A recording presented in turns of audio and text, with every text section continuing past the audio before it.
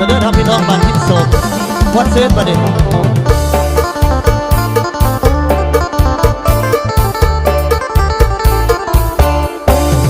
สูบยามาหลายเดือนปีโอ้ว่าพอดีต้องตัดใจลาทำใจให้มันเข้มแข็งหมอดไฟสีแดงอยู่ที่ป้ายกองยาเหยียบลงดินแล้วให้สัญญาถ้าเป็นมารยาก็เลิกลาเหมือนกันลงผ่านน้องคนหลายใจเจ้าหลอกให้อายซอกซ้ำกุลาอุตส่าห์มอบความหักแท้น้องเทคแค่ตัวหักมารยาหลายครั้งเธอต้องเสียน้ำตาต้องตัดใจลาเหมือนยาดีเลยก่อนเคยสุขยาหลายครั้งก่อนเคยหานางหลายเพลงจะหลอกลวงจนหัวใจอายเลยลาเหลือเหมือนคนเมายาพอลาละเด้อนางนองพอลาแล้วเด้อนางนองคนมาต้องตรงใจบ่ซื้อกินมาพาหัวใจสมือสมาธิทำแท้น้องเห็นพะโลเจ้าพะแลนน้ำเขาเมื่อเจ้าพันแลนมาหายสั่งพังหัวใจโลเลเดโลเลเดโซเซมันคนเมาย้อนสาวหลายใจหลอกลวงมันเจ็บในสวงมันนักคนแก่ใส่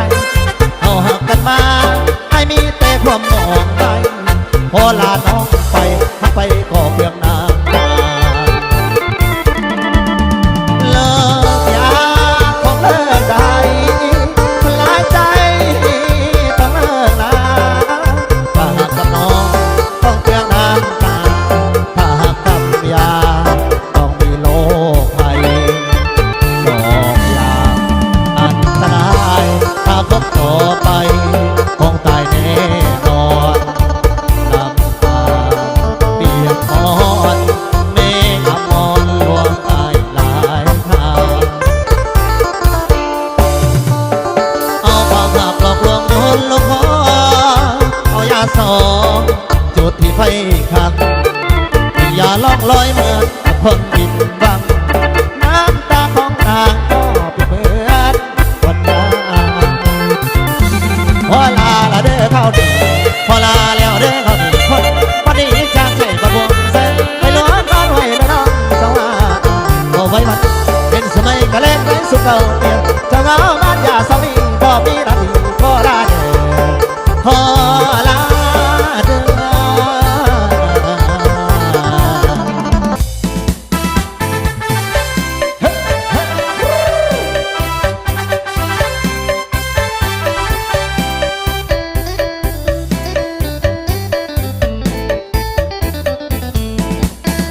อายแพ้ต้องยอมทนใส่กันเหลือล้นคนจนคนดีอายเองก็หูตัวดีทั้งเกียรติศักดิ์ศรีบ่มีแนวประกันเอาเงินล้านอยู่ใส่มาแต่งได้เข้ามาแลงต้องขายแรงหลายวันแต่ละเดือนพอได้ซื้อข้าวสารหาน้ำบ่ทันบางวันก็หมดกิน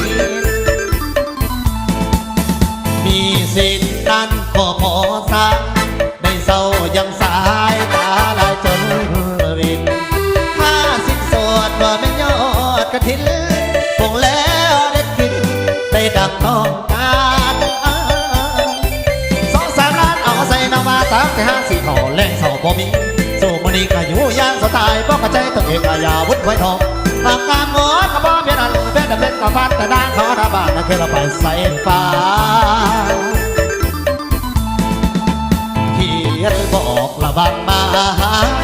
เจ้ากะสินายคอยเห็นกะสินายบ้านนั้นสิบ่ให้มีใจอดหาบ่ได้ให้มันตายไปเลยหักเลยเคยโสดเคยซื่อต้องกายเป็นเห็นของเป็นแน่ตัดใจบ่ให้เหลือเลย